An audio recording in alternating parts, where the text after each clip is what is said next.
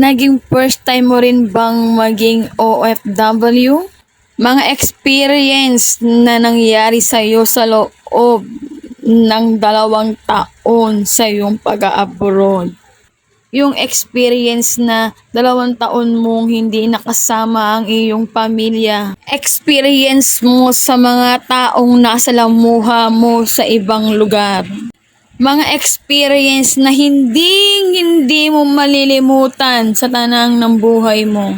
Marami sa ating OFW na hindi na nakauwi ng buhay. Mga hindi pinalad sa abroad. Ako ang tanging masambit ko lang ay salamat po Ama.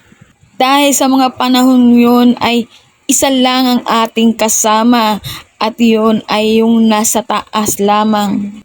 Isang hi, isang hello, isang kamusta, isang call lang ang aming matanggap ay sobrang tuwa na namin. Dito mas lumalakas ang aming loob kapag kami ay laging kinakamusta ng mahal namin sa buhay or mga kaibigan. Kaya ako, sobrang salamat ko sa mga taong lagi akong kinakamusta, laging tumatawag sa akin. Salamat sa inyo dahil sa inyo ay naging malakas ang aking loob habang ako ay nasa abroad. Bye!